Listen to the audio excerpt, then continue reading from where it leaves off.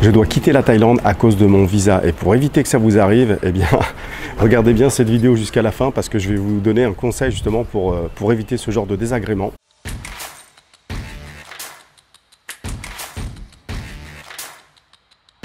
Donc je suis obligé de quitter la Thaïlande. Alors je ne suis pas obligé de quitter la Thaïlande définitivement, mais je suis obligé de sortir du pays et je vais vous expliquer tout ça. En même temps ici, je suis en train de me balader dans un petit quartier très populaire. Donc là, il n'y a pas de touristes, il n'y a rien, il n'y a que des locaux. Ils ont la plupart du temps donc leur magasin en bas. Ils habitent au-dessus. J'ai laissé passer le scooter pour pas qu'il y ait trop de nuisances. Et voilà, donc vous avez un petit quartier, c'est très populaire. Vous allez voir donc la population thaï derrière moi. C'est pour ça que je ne vais pas filmer directement, mais vous pourrez voir un petit peu comment ils sont, comment ils vivent. Et donc là, on est en dehors de Sukhumvit et on est en dehors des lieux touristiques. Forcément, quand il y a un scooter, j'arrête de parler parce que ça va être un petit peu trop désagréable, j'imagine, pour vous. Avant de commencer cette vidéo, je vous remercie vraiment de tout mon cœur et c'est très sincère pour plusieurs raisons. La première, eh bien, on est bientôt à 4000 abonnés et ça me fait vraiment plaisir. Mais au-delà des abonnés, ce qui me fait énormément plaisir en fait, c'est le fait que vous commentiez mes vidéos, que vous mettiez des commentaires. Et alors je suis très surpris parce que, enfin surpris, oui et non. Je suis très surpris parce que je me rends compte que j'ai très peu de commentaires malveillants, de mauvais commentaires. Et ça, ça me fait chaud au cœur. Et eh bien, je vous invite à continuer parce que c'est, comme je l'ai peut-être dit dans une précédente vidéo, ça fait vraiment plaisir quand on est loin de chez soi, quand on est loin de son pays, bien d'avoir des interactions. Et je peux vous dire que même si on est dans le virtuel, quand il y a un message, quelqu'un qui m'envoie un message, je sais qu'il y a une personne qui est derrière. Je rencontre très souvent des abonnés, je reçois des messages, après ils m'envoient des messages sur Insta, donc ça vous pouvez tout à fait le faire. Vous m'envoyez un message sur Insta à Renaud Chaval ou sur Facebook et très souvent on va se prendre un café, on discute un petit peu et c'est pas forcément des personnes qui viennent s'expatrier, c'est aussi des personnes qui viennent en vacances, mais qui ont quand même, on va dire, dans un petit coin de leur tête, l'envie d'être ici, l'envie de vivre ici. Alors là, ils sont en train de faire des travaux, de réparer les câbles électriques.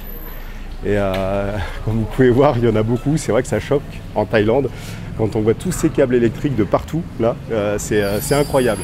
Alors c'est pas dangereux, hein, c'est pas des lignes haute tension, vous risquez pas de vous faire électrocuter parce que c'est la plupart du temps c'est les lignes internet, les lignes de téléphone. Donc voilà, donc encore une fois, ça me fait vraiment plaisir. Je vous remercie à tous, je vais pas vous énumérer, mais c'est très appréciable d'avoir ces commentaires, donc n'hésitez surtout pas et la plupart du temps j'y réponds. Donc pour revenir au problème de visa, quand vous venez ici en Thaïlande, vous avez besoin si vous voulez rester en tout cas, si vous ne voulez pas rester, vous pouvez venir 30 jours et puis renouveler 30 jours pour rester 2 mois comme ça sans problème et sans avoir besoin de sortir du pays. Mais si vous voulez rester comme moi ou comme d'autres personnes, eh bien vous avez besoin d'un visa. Alors il y a plein de visas et la plupart du temps c'est des visas qui peuvent durer 1 an, qui sont renouvelables. Donc quand vous devez faire votre visa, donc ce qui était mon cas, moi j'avais fait un visa étudiant l'année dernière et puis ensuite je suis revenu avec un visa touristique le temps de préparer mon autre visa parce que je ne voulais pas renouveler un autre visa étudiant. Donc voilà, j'ai 50 ans, donc quand vous avez 50 ans, vous avez la possibilité de demander un visa retraite, donc c'est vraiment très appréciable. Vous n'êtes pas obligé d'être à la retraite en fait. À partir du moment où vous pouvez justifier sur un compte d'une certaine somme d'argent, donc tout ça je pourrais faire des vidéos spéciales, mais là je ne rentre pas dans le technique, vous pouvez demander un visa retraite sans difficulté. Le souci et pourquoi en fait j'ai été obligé de quitter le pays, c'est que y a certaines règles à respecter. Et alors moi je suis plutôt du genre à quand même ici en Thaïlande vouloir respecter toutes les règles. C'est-à-dire déjà ne pas être en overstay. Alors qu'est-ce que c'est un overstay? C'est que si votre visa vous autorise à rester jusqu'au 30 du mois, eh bien il faut quitter le pays avant le 30. Vous voyez, faut pas sortir le 31 ou le 32. Mais voilà, parce que sinon vous n'allez pas en prison, mais vous avez une petite amende et puis je pense que vous avez un tampon sur votre visa et c'est jamais très bien d'être marqué en overstay. Et donc, quand vous êtes ici en Thaïlande et que vous voulez vous préparer donc un visa d'1 an, parce qu'en général c'est ce que vous devez faire, je ne vous conseille pas de faire un visa depuis la France parce que j'ai un retraité qui a eu des difficultés à renouveler son visa à cause de ça. D'ailleurs, je ferai une interview spéciale. Ça a été vraiment un waouh, le parcours du combattant pour qu'il puisse avoir un autre visa ici. Donc voilà, donc quand vous êtes ici en Thaïlande, vous avez donc certains documents à fournir suivant le visa que vous faites. Si vous choisissez de faire par exemple un visa étudiant, c'est très simple, vous vous occupez de rien, c'est l'école qui fait tout. Donc en général, voilà, c'est très simple. Après, vous pouvez aller voir des organismes, etc. Moi, donc pour mon visa retraite, la seule erreur en fait que j'ai commise et pourquoi j'ai été obligé de quitter la Thaïlande, c'est parce que quand vous faites une demande donc de visa, il doit vous rester 15 jours sur votre passeport. C'est-à-dire que bon, par exemple, si vous devez rester jusqu'au 30 du mois, eh bien vous devez aller déposer votre dossier de demande de visa à l'immigration avant le 15 du mois. Et moi j'avais oublié ce détail, donc j'avais pour être précis, j'avais jusqu'au 26, et moi j'ai été déposer mon dossier le 22, voilà, tout content de moi, tout fier de moi, je disais voilà c'est bon, je suis 4 jours en avance. Eh ben non, j'étais 10 jours en retard. Donc l'immigration, ils m'ont dit vous devez sortir, et une fois que vous devez sortir du pays, et re-rentrer. En soi, donc c'est pas gênant, vous n'êtes pas obligé d'aller bien loin, vous pouvez aller au Laos, vous pouvez aller au Vietnam, vous pouvez aller au Cambodge, vous pouvez aller dans des frontières en fait qui sont juste à côté, vous n'êtes pas obligé de revenir en France et de revenir ici. Hein. Mais bon voilà, des fois si vous n'avez pas prévu, il faut le savoir. Et surtout que maintenant ils font vraiment la chasse ce qu'on appelle les visa run. Vous sortez, vous rentrez comme ça. Ils font la chasse à ça, donc il faut vraiment être prudent par rapport à ça. Vous pouvez toujours être un petit peu dans le stress de vous dire est-ce qu'ils vont me laisser re-rentrer, vous voyez. Donc ça c'est un conseil que je peux vous faire. Si vraiment voilà, vous voulez préparer un visa, dès que vous arrivez, commencez à vous en occuper la première semaine de votre arrivée, comme ça au moins vous êtes serein, vous êtes tranquille.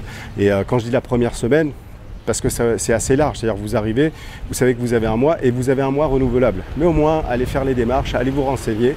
C'est toujours mieux de faire dans ce sens-là. Je fais attention parce que là, j'ai un taxi. Donc voilà. Donc c'était le petit conseil que je voulais vous donner. En même temps, vous montrer un petit quartier le temps que je marche. Un petit quartier qui est derrière ma résidence. Et c'est vraiment, il n'y a que des locaux et on voit les gens qui travaillent ici, qui habitent juste au-dessus. Et c'est curieux de voir ça. On voit les gars, même des fois en short, torse nu comme ça, tranquille, à la cool. Et là, je vais repasser dans la rue. C'est vraiment typique, quoi. Là, vous allez voir juste derrière moi quand je vais passer, un monsieur. Voilà, vous voyez ce que je vous dis, torse nu, il y a des enfants, il y a des mamies. Ça va des capes. Et puis toujours souriant, c'est ce que je vous dis, c'est un vrai plaisir dans n'importe quel endroit que vous alliez. Les gens, sawadee-kap.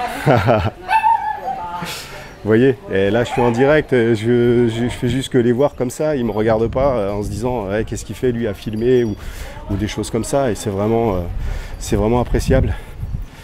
Donc voilà, il commence à faire chaud. On est au mois d'avril et je peux vous dire qu'on est dans la saison où ça va commencer à cogner. Avril, mai, c'est les mois les plus chauds. Et donc il pleut jamais, il fait très chaud.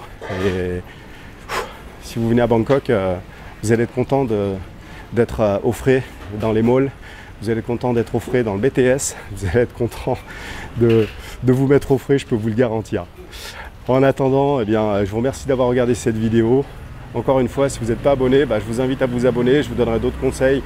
Mettez-moi en commentaire si vous avez des questions, si vous avez des vidéos que vous avez envie dans lesquelles j'ai envie de parler et que ça peut vous rendre service. N'hésitez surtout pas. Voilà, je faisais ce petit tour de quartier pour vous montrer comment vivent les gens ici et puis en même temps vous dire attention, pensez vraiment à être carré au niveau des documents et au niveau de votre visa, parce que quand vous décidez de venir ici, au début on se dit ouais, moi je quitte la Thaïlande, je quitte la France par exemple pour venir ici en Thaïlande, et voilà, je vais faire ça. C'est pas si simple, il faut être bien conseillé. Et c'est pas que c'est compliqué en fait, mais voilà, il faut s'adresser aux bonnes personnes, il faut faire les choses comme il faut, et si vous faites ça, vous n'avez pas de soucis. Et vous voyez, je continue en fait là pour arriver au bout de la rue. Vous voyez, donc là on n'est pas dans le luxe, vous avez vu certaines de mes vidéos où je suis dans le luxe, et moi en fait c'est ça qui me fait kiffer, c'est de faire un mix des deux. Et quand je voyageais aussi avant à travers le monde, bah, c'est ce que je faisais, quoi. J'allais me perdre en pleine pampa, manger par terre avec des gens. Et puis, hello. Voilà, le mec qui me connaît pas, il me dit hello. Ouais, c'est encore un exemple. Ça arrive souvent. Donc voilà pourquoi j'aime la Thaïlande, voilà pourquoi j'aime ce pays. Parce qu'il y a une énergie qui est vraiment adorable. Et il n'y a pas de stress. C'est très sécure. J'ai encore me répéter, hein. Il y a encore plein de gens qui vont me dire ouais, toi tu craches sur la France. Parce que, j'ai certains commentaires des fois qui me disent ça. Ouais, tu craches sur ton pays, t'es bien content, nana, nana. Ouais, franchement non. Et oui, je compare souvent la Thaïlande et la France. Pourquoi ne pas comparer en fait, hein. On a le droit de comparer, puis on compare tous, hein, de toute manière. On a beau dire qu'on ne juge pas, on ne compare pas. À part Dieu, je pense qu'on le fait tous, hein. Allez, j'ai assez parlé. En tout cas, ça m'a fait plaisir de passer ce petit moment avec vous. À très bientôt. Ciao, ciao.